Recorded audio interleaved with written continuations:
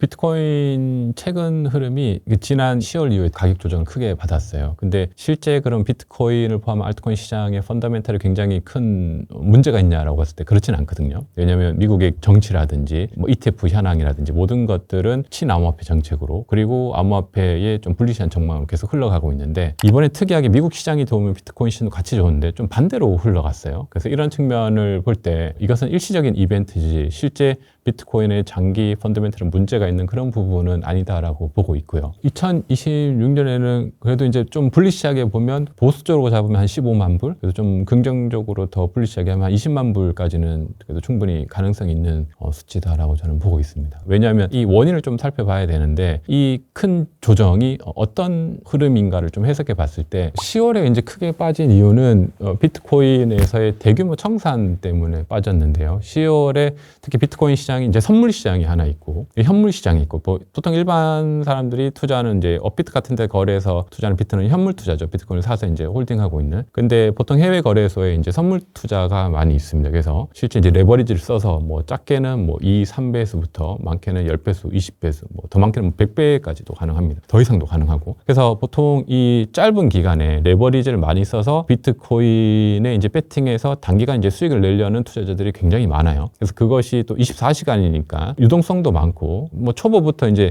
굉장히 숙련된 투자자까지 이제 다 몰려 있는 게 이제 트레이딩 시장이거든요. 거기서 이제 레버리지 물량이 많았는데 10월 10일 작년에 기준으로 레버리지 물량이 대규모로 다 청산이 됐어요. 근데 좀 더 깊이 들어가 보면 레버리지 물량을 청산을 한다는 의미는 이 실제 선물 시장에서 그 사람들이 투자하고 있는 투자의 포지션이라고 합니다. 내가 상승에 배팅하거나 아니면 하락에 배팅하거나 레버리지 몇 배를 썼는지. 그래서 그 배팅한 금액에 대한 청산가들이 나와요. 청산가 금액이. 뭐 현재 기준으로 치면 뭐 한 9만 2천 불이라면 현재 뭐 한 8만 5천의 대규모 청산가가 있고, 뭐 한 10만 불의 대규모 청산가가 있습니다. 그러면 이보다 이제 더 큰 물량을 가지고 이 청산가가 다 보이기 때문에 상승과 하락에 크게 배팅을 한 더 큰 자금이 들어오면 위아래의 그 레버리지 물량들을 더 큰 고래, 그러니까 더 큰 기관이 다 가져갈 수가 있거든요. 그러니까 어떻게 보면 시장의 특성이 투명하게 다 레버리지 물량을 볼 수 있기 때문에 더 큰 기관 자금이 들어왔을 때 규모의 이제 레버리지 상품들 다 청산시킬 수 있는 거죠. 그렇게 됐을 때 개인 투자자나 어떤 중형급 어떤 투자자의 물량들이 더 큰 기관으로 이제 옮겨지는 그런 현상들이 발생합니다. 그래서 그렇게 발생한 게 이제 10월 10일에 대규모 청산이었고, 그 시작을 기준으로 해서 지금까지 그 여파들이 이제 이어져 오고 있고요. 그래서 이런 시장에서 어떤 개인 투자자나 어떤 소규모의 트레이딩 그룹들은 청산을 당하면서 이제 완전 파산하는 거죠. 그런 게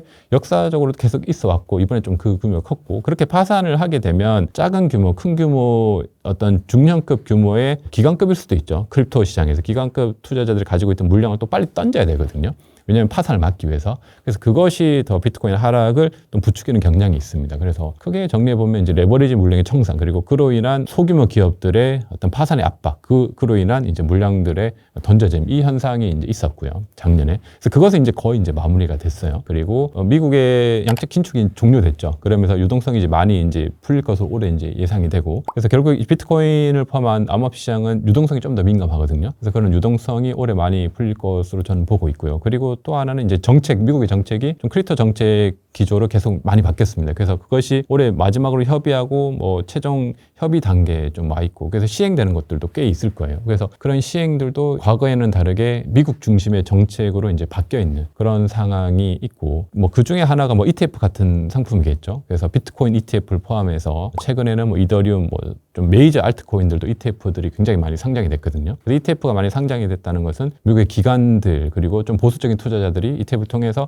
좀 쉽게 이제 암호화폐를 투자할 수 있는 길이 열린 거죠. 그래서 그 자금들이 최근에도 계속 이제 유입이 되고 있고요. 그런 이제 제도적인 장치가 이제 처음 이제 시작되는, 그래서 제도적으로 좀 비트코인을 포함한 암호화폐 전체 시장이 좀 이제 안정화되는 이제 초기 세팅을 하는 그런 단계이기 때문에, 과거에는 이런 제도적 장치라든지 이런 것이 없었죠. 그래서 사실 암호화폐 시장은 완전 야생과도 같았는데, 뭐 스캠도 많고 사기도 많고 지금도 많이 있습니다. 그런 것들이 넘쳐나니까 투자자들이 투자하기 좀 두렵죠. 그리고 뭐 비트코인도 뭐 사기다 이런 얘기까지 많았으니까, 이 제도권 안이 없다 보니까 사람들이 신뢰할 수 없는 자산으로 인식하는 분도 많은 거죠. 근데 이게 제도권으로 들어오고 미국이 이것 것을 제대로 인정하고 하면 법이 인정하는 거기 때문에 나는 뭐 이거 믿지 않아 좀 문제가 있으라고 이렇게 이야기할 수는 있지만 그래도 대부분의 대중들의 흐름은 이제 점점 이제 신뢰 자산으로 이제 바뀌게 되는 초기 시장이다라고 이제 볼 수 있는 거죠. 그래서 사도 좋은데 이게 사야 되는 기준이 있습니다. 그래서 비트코인 같은 경우 내가 비트코인을 언제 사고 언제 팔아야 되는 어떤 본인만의 일단 철학이 좀 중요하겠죠. 매수와 매도 시점에. 그래서 비트코인 투자는 조금 더 쉬운 게 비트코인을 투자할 수 있는 좋은 지표들이 있거든요. 예를 들어 뭐 채굴자 지표라든지 아니면 온체인 지표에서 뭐 MBRB G스코어 같은 이런 지표들이 있습니다. 그 지표는 현재 비트코인이 저평가되어 있는지 뭐 고평가되어 있는지 어느 정도인지를 알려주는 중요한 지표예요. 대표적으로 MBRB G스코어 같은 경우는 작년부터 지금까지 봤을 때 지금이 가장 저점이거든요. 그래서 저점이라는 의미는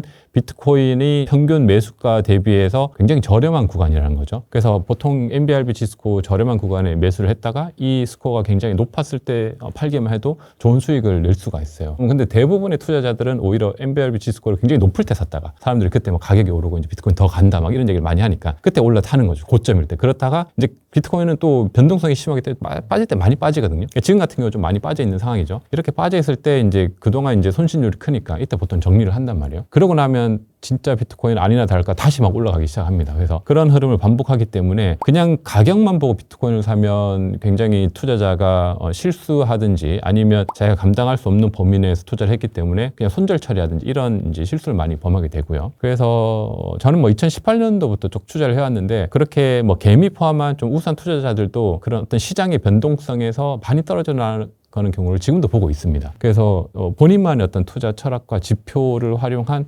조금 건전한 투자가 필요하고요. 물론 변동성은 크지만 그 변동성을 대비할 수 있는 중요한 지표에 근거해서 투자할 수 있는 좋은 방법들이 있어요. 그래서 그런 방법들을 봤을 때 지금 같은 경우 내가 지표를 근거해서 투자를 했다면 오히려 좀 매수하기 좋은 시기인 거고 그럼 언제 매도해야 되느냐라고 했을 때는 그 이제 지표와 이제 반대로 과열 구간일 때 사람들이 막 환호에 빠져 있을 때 특히 이제 유튜브 같은 댓글에 뭐 지금 같은 경우는 오히려 선풀보다는 악플이 많을 겁니다. 근데 이런 상황보다 막 선풀이 많을 때가 있거든요. 비트코인 이제 진짜 간다. 우리 졸업합시다 하면서 막 그런 댓글들이 많이 달릴 때가 있어요. 그럴 때 오히려 위험한 순간이죠. 그럴 때는 이제 좀 매도하고 수익 실현을 해야 되는 그런 구간이지 지금은 오히려 이제 반대 구간으로 전 보고 있습니다.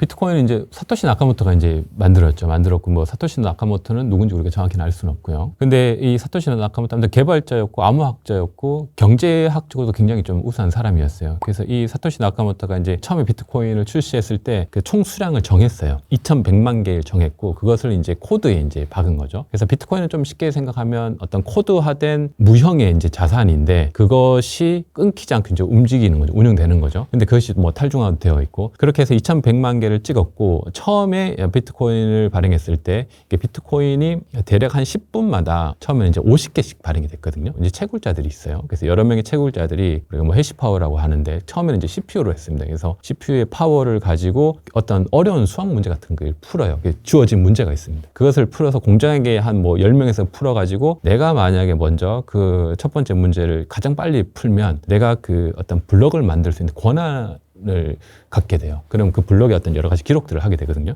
그래서 그 권한을 갖고 블록에 기록을 하게 되면 그 권한을 가진 기록자에게 기록자의 비트코인 주소로 자동으로 50개가 비트코인이 가도록 되어 있습니다. 그래서 10분마다 처음에 이제 50개 만들어졌고, 그 다음에 또 50개. 이렇게 해서 지금은 이제 반감기 메커니즘을 갖고 있으니까 한 3.125개 플러스 수수료 수량이 받거든요. 지금도 그러니까 채굴을 하게 되면 채굴자들이 10분 안에 내가 이제 전체 채굴자들하고 경쟁이 지금 굉장히 많죠.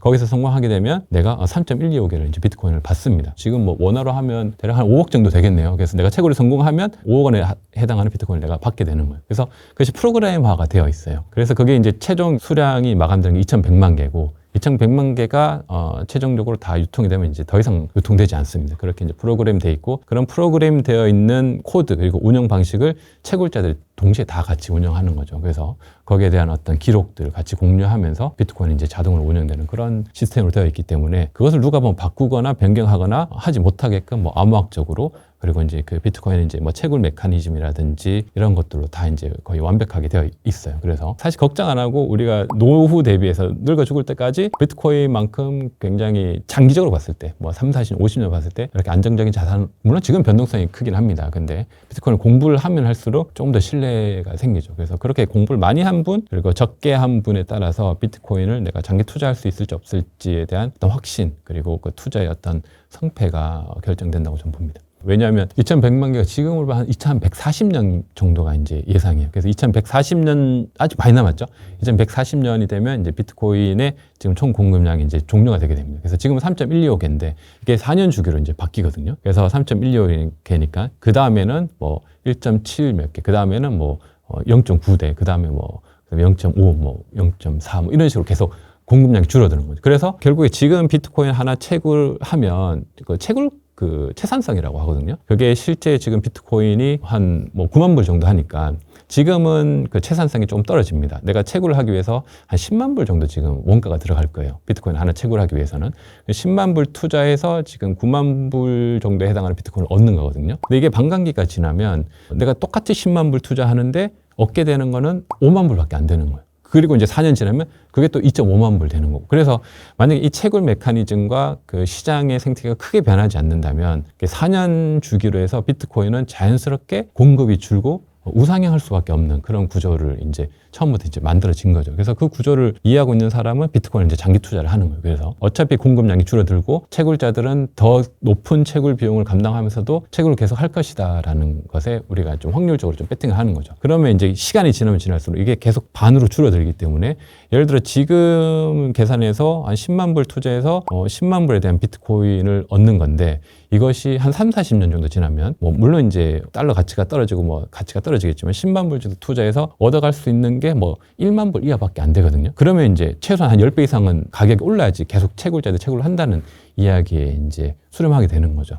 그런 메커니즘이 비트코인은 이제 가장 이제 근저에 있는 핵심 메커니즘이고 그 원리를 좀 정확히 알고 있으면 좀 장기 투자하는데 좀 더 이제 믿음이 생기는 거죠. 그래서 그걸 계산해보고 여러 가지 리스크를 고려해봐도 결국에 이 비트코인 시스템이 계속 채택되고 시스템 그대로 계속 유지된다면 비트코인이라는 건 우상향할 수밖에 없구나라는 그런 결론에 이제 도달하게 됩니다. 그래서 비트코인은 뭐 디지털 금이라고 하는 거죠. 뭐 금 같은 경우도 뭐 수량이 한정돼 있잖아요. 한정돼 있고, 근데 금보다 훨씬 낫죠. 이동이 편하고, 뭐 금은 사실 최근에는 그런 것도 많더라고요. 금값이 워낙 올라가지고 금에 뭐 잘못된 성분을 넣어가지고 그것이 이제 문제가 있다. 그래서 중국에서 이제 대량으로 막 유통을 많이 하는 그런 이슈들이. 근데 일반인들이 그 투자할 때 금을 다 체크할 수가 없거든요. 그 체크하기 위해서 다 녹여야 되거든요. 녹여서 다 확인해야 돼. 그걸 어떻게 하겠어요. 근데 비트코인 같은 경우는 그런 것에 굉장히 투명하죠. 금보다 오히려 더 직관적으로 알 수 있고, 그 누구도 이제 이게 진짜 비트코인인지 가짜 비트코인인지 확인하는데 너무 100% 명확하거든요. 근데 금은 조금 더 어렵죠. 그래서 그런 측면, 그리고 뭐 이동, 많은 수량을 금은 가지고 있을 수 없잖아요. 물론 은행에 이제 맡겨서 할 수는 있지만, 근데 비트코인은 그런 측면에서 어떤 원본 여부를 확실히 확인할 수 있고, 이동이 편리하고, 그리고 뭐 결제로도 쓸 수 있고, 훨씬 이제 편리한 점이 많죠. 그런 측면에서 뭐 달러나 뭐 대부분 화폐에 대해서는 훨씬 더 이제 더 인플레이션에서 강하고, 주식이라는 것은 비교해보면 어떤 회사가 운영하는 거잖아요. 근데 회사도 지금 잘 되는 기업이 10년, 20년, 30년 더 잘 된다는 보장이 없거든요. 그래서 뭐 또 장기 투자는 할 수 있지만 뭐 100년, 200년 장기 투자는 굉장히 어려운 자산이란 말이에요. 근데 이제 비트코인 같은 경우는 좀 장기 투자라는 게 진짜 100년, 200년, 300년 가더라도 투자할 수 있는 그런 자산인 거죠. 그래서 우리 역사적으로 봤을 때 장기 투자할 수 있는 어떤 항목을 본다면 금 아니면 뭐 부동산이겠죠. 뭐 땅. 뭐 이런 거 정도인데 땅도 사실 변합니다. 그죠? 나라가 뭐 흥하기도 하고 망하기도 하고 그러면 그 땅의 가치가 없어지는 건데 금이 유일하다고 볼 수 있는 것 같아요. 그래서 그런 측면을 봤을 때 미래의 사회는 이제 디지털 사회니까 디지털 사회에서 유일하게 이제 굉장히 오랫동안 가져갈 수 있는 게 비트코인이라고 이제 보는 거죠.